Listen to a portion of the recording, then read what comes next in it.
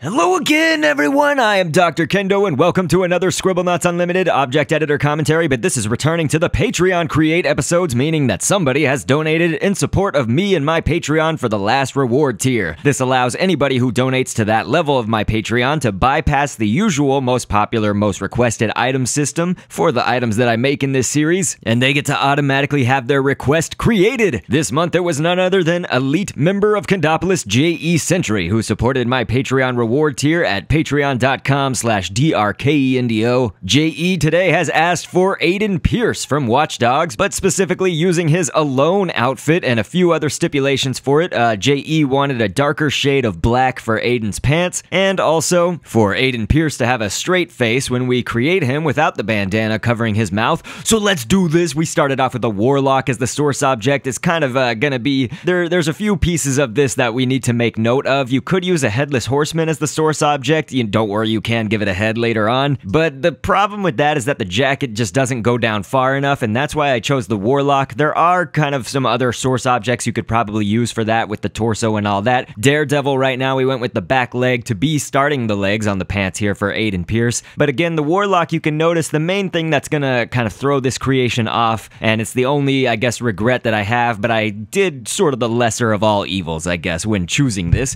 is that the jacket goes kind of in the back, so you can see that it goes out farther than we would want it to, with that little point there behind that front arm. So you probably see that. It does, though, look like he's wearing a big jacket in that respect, and it can work. It can kind of look like we're looking at him from even more than that normal quarter-turn view that we see most Scribblenauts characters at. A businesswoman, we can take the back arm right now for that, and you notice that those Daredevil legs, we didn't take off the original legs of the Warlock. This will help it so that the object isn't really going to sink into the ground that much or anything. I thought maybe a theist could also work for the arms, but I'm not going to go with that. So if you saw me type in theist just a second ago, it was just to check the arms out on that. They would actually color it a solid color on the cuffs, and so I wanted those little cuff parts to be a different shade of black or gray right there. Receiver gloves is what we're going to use right now, and we can paint that glove all the way black, and this is a good stamp for the hand. We're actually putting it where the arm is supposed to go, of course, on the arm grid, but behind the businesswoman arm that we already placed down. So paint the hand of that businesswoman all the way black. So since it's all the way black, it'll fade in with that glove, and you won't really see the lines distinguishing where that hand is and where the glove is. It all just looks like one thing. So for the shoes right here, we obviously don't want those red Daredevil shoes. I went with a pool girl, and if you take the back arm of a pool girl, it's kind of this mostly straight looking arm right here, but it's kind of a good shape that we can use for basic shoe design. We'll add to that, of course, as we keep going. I'm gonna go with a glow stick, actually, kind of for our next step right here. So put that all the way down there with his legs, on the grid for his legs and stuff, but we'll paint it kind of black, mostly black at least, and I'll put that kind of behind the pool girl feet, and that's looking good. So it's just down here on the shoes, and we'll increase the size a little bit because we're gonna need this to be a little bit bigger than a default Scribblenauts human. I typically like to do that just a tiny bit, at least, to distinguish them from Scribblenauts humans and humanoids already. A Basilosaurus, kind of in the middle of the Basilosaurus and down where the fins are, you can see this piece right here that we're working with. We're actually putting it over the jacket, kind of chest area. It's funny because Conan O'Brien, if you guys know the talk show host, one of my favorites out there, he does the Clueless Gamer series, which I love. It's usually not super family friendly all the time, so I know that some of my younger children audience probably hasn't seen the Clueless Gamer episodes, but God, I love them so much. They did actually Watch Dogs for one of them. We got a magic cane coming up right now for something thin, but what I was talking about with Conan O'Brien was that it was funny because he said this jacket, it's basically being held together with like a piece of tape. It looked like, he's like, this is what jackets in the future of Chicago look like, and it was just funny because that Basilosaurus piece that we placed down is basically that piece of tape. It's not really tape, obviously. It was just Conan making a funny joke to me. We got a minus sign coming up right here. That's going to be for some lines here on the jacket where the pockets are, just for the far off side, to our right, basically on Aiden Pearce's left, but we're actually going to do closer to us, the letter I is what we can use for that, and so I'm making sure that it's attached to the torso right now, and we'll go with another magic cane right here for, again, it's just kind of a thin line, and it will have those two, or I guess 3 different sections that you can color on the magic cane. That's okay, I just wanted it to be this red sort of jacket line on the edge where that zipper would go, where the jacket is. There is a thin piece of, I guess, just a line again of red right there, red coloring. We went with a squid painted upper tentacle piece there for the arms right here on Aiden Pearce. That's looking good on both arms. It's just basically a tentacle line shape. You know, it's a thin black line, and it looks close to the squid's body, in essence, is where you can grab for it. Hatchet fish, there's this strange looking fin there that's kind of in the bottom right corner of the hatchet fish, and we went with that same Basilosaurus fin that we used for the quote-unquote tape. That's not really tape, again, you know, on the chest part, that chest part of the jacket. Tooth Fairy, we went with the female Tooth Fairy, and if you take that back arm right now, we can give it this webbing net type pattern right here, and then paint it black, and this is going to be good for kind of this turtleneck, you know, that he's got right here amongst the collar of his jacket. We are going to need to adjust those collar pieces after we do the head, so we'll get that in a second. JE also wanted one of the designs to be holding a phone, you know, like the smartphone, and then one of them to be holding a baton, and so Entertainment Fire Wand is what I'm typing in right here, and you can actually see once we place it down, it's really long on the ends, and then just, well, I should say on the far ends, and then where it's going to be held in the hand is very short. Normally, that's not what we would want for the baton, I guess, design for Watch Dogs and everything, but because it's being held in its hand, we're sort of suspending our belief right there and seeing that that end that he's holding onto, while it was shorter, it's actually, it would be covered up by the gloves. You know, it's like his hand is around it. So even though we can't see that on the stamp, it actually works where we place it in his hand because it does actually look like the base would be longer than that. If you wanted to make it even longer, you could add like a little piece of it in the back, maybe using a capsule, you know, behind his hand coming out the other side. Now, if you typed in baton just to get the baton, obviously they have a few choices, and the weapon one makes like the police officer billy club looking baton, but then you've also got the conductor's wand right here, like a baton for a band, and that could also possibly work for the baton design. I do kind of like that, you know, it looks more retractable, I guess, when we do the Entertainment Fire Wand, so I think I will stick with that design actually, but really either one I think could work just fine. Honestly, there's just about 15 different stamps you could use for almost every single design aspect of characters, and that's like a minimum. So here we go, we've named it, and we're gonna go into the properties in just a second. That's where you can edit like health and other types of scripting and background information for your characters. So whenever I get to this part of the videos in this series, I like to read background information and fun facts, and JE Sentry actually asked if he could contribute to that, and so he wrote kind of a blurb for Aiden Pearce here, and I'm going to use a lot of it, but I'm going to paraphrase because we don't have a lot of time, and I don't think I can include everything that he wrote down for me, but thanks to JE Sentry again for doing this, and for donating to the Patreon, of course. So let's read what he's got in my paraphrasing of it. So he and I are saying about Aiden Pearce. Well, he grew up in Northern Ireland, and his mother took him and his sister Nicole Pearce to America to escape their father. They were in a rough neighborhood, and during that time, Aiden had to fend for himself and even join a criminal gang, which he then paid to teach him how to fight, wield weapons, and do parkour. He is very protective of his family, which ultimately ends up leading him to become the Vigilante of Chicago, going by the nicknames the Fox, or simply the Vigilante, or Vigilante from the news. In his acts to protect the city of Chicago, his killing of criminals made other people notice. A gang that wanted him dead, called the Club, hired a hitman to kill Aiden. The attempt at murder was carried out while Aiden was driving him and his niece, and then the hitman ended up killing Aiden's niece in the process. And so Aiden felt very guilty about her death and then set out to find her killer,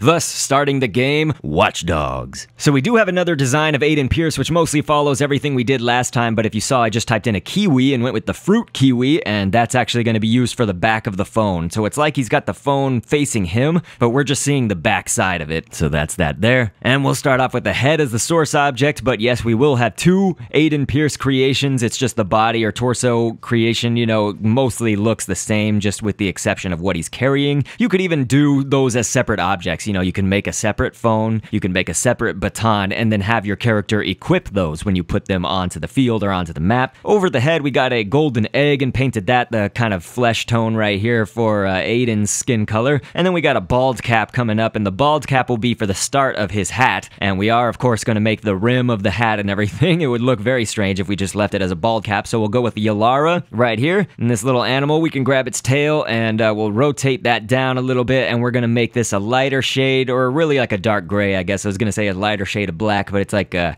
grayish black that we're going to do for the rim of his hat. And again, JE Sentry asked for a neutral face kind of expression, just more of a straight-faced expression, and so we will keep that in mind as we do this design, because this will be without his bandana covering his mouth and a large portion of his face. And so I'm going going with a puddle next, and you could do so many different things, kind of just for a straight neutral mouth. You could even do like a jellyfish upper tentacle piece. You could do a cat or a rat tail, although that has a little bit of curving in it, so that might not be completely straight-faced like that, but just sort of a neutral mouth expression. I went with a puddle. Again, you could do tons of things. A Woiperdinger. We talked about this in other episodes and stuff. Very strange folklore beast, but we took the wing of that Woiperdinger, and we'll go with a goldfish next to take the bottom fins of the goldfish, and this is where we'll need to adjust things, size things proportionately as we're placing them on. We typically do this, of course, when we're creating anything. It's just, I like to mention, hey, this is not what it's going to look like in the end, you know, so just kind of stick with it until the end of the creation. It's like, these things often start very, very differently than they end up. And so we went with a dot as the iris, you know, the color within his eyes right there. It's that kind of greenish color. And of course, we can just use ear for the ear right here. Now, I say of course, but you actually don't always have to do that. You know, you can use chicken nugget for the ear. There are so many stamps I've used in this series ultimately to be ears, but I think Aiden Pearce, kind of the way that his ears look, I wanted to go ahead and stick with ear right there. And so we'll go with a wart for the pupil in the eyes, and we went with a dartfish, the upper dorsal fin. That was for the eyebrows up above those goldfish fins and stuff for the white of the eyes, and a nose for the nose and all of that. Now, when you create a head and a body separately in this game, as we're doing, normally you do that to save stamp space because Scribblenauts Unlimited does actually have a limit to how many stamps you can place down. You want to go to the equipment tab here for your head object and check off this circle down at the bottom, second from the bottom we should say. It says can be worn on the face like glasses. You want to fill that in, so make sure that that circle is filled in before you leave your head creation, because this means that once you put the head into the hands of the body object, it will actually go up to where the glasses would go instead of in the character's hands, because if you don't do that scripting, then it will be held in the hands, you know, it'll just be the character will hold that head in its arms, and it would obviously be very strange. So we've got Aiden Pearce's other head right here, and this is where we do have the bandana, which was a hemisphere, and I will put text to show kind of what's different. We did mostly the same stamps for as far as just the eyes and the ears and the hair and stuff coming from the hat, but we used hemisphere for the top hat as well as the bandana, as I just mentioned. Archaeopteryx was the legs of the Archaeopteryx we actually used for some of that design that's on his bandana, and then we have an octopus tentacle piece for the rim of the hat, and beneath that you can see that the little logo on his hat right there, we did kind of create a modified version of it. It's not full or anything, but we used a triangle as well as some end tentacle pieces or arm pieces of the cuttlefish for those like kind of pointy triangular shapes for that logo. So it's looking good. Otherwise, just the scorpion's upper middle tail piece we used for the nose, the bridge of his nose kind of peeking out over that bandana, or under it I should say. And remember the scripting, of course, again, we're gonna go in here and show you, but just on the head object, you click that scripting button, go down to the equipment tab kind of on the next page, I guess, over, and do can be worn on the face like glasses. That'll mostly put it where we want it to be. Now notice what happens. We've got the head right here, and we'll try to give it to the body object, and notice that it's a little bit off. It's actually kind of a lot of bit off. This is fine. This happens a lot, and it happens, I would say, 9.8 times out of 10 in this series. I don't know why point, but we go ahead and just edit the body object, turn on the green grids. It's that dotted line with Maxwell's head and a banana and a wheel to turn that on right there on your left side panel of buttons and things you can press. So that actually will leave you with a big giant empty space where his head is supposed to go, and that grid is the one that you can move up or down or left or right, wherever you need to move it. We really needed to move it to the right a lot, because you saw when we placed the head down or into the hands of our body object, you notice that his head was way backwards. It was like he didn't have his neck on right or something. His head was way back. And we also took the hatchet fish, and instead of using that Basilosaurus for the other collar, I think it looks good now that we have the head on to use two of those hatchet fish fins for the collar fully instead of the Basilosaurus on the left side, or it would be to our left, I should say. And now we're gonna go ahead and put Aiden to a fight right here. I like to make the creations fight something and show you kind of their animations. So we've got the baton hand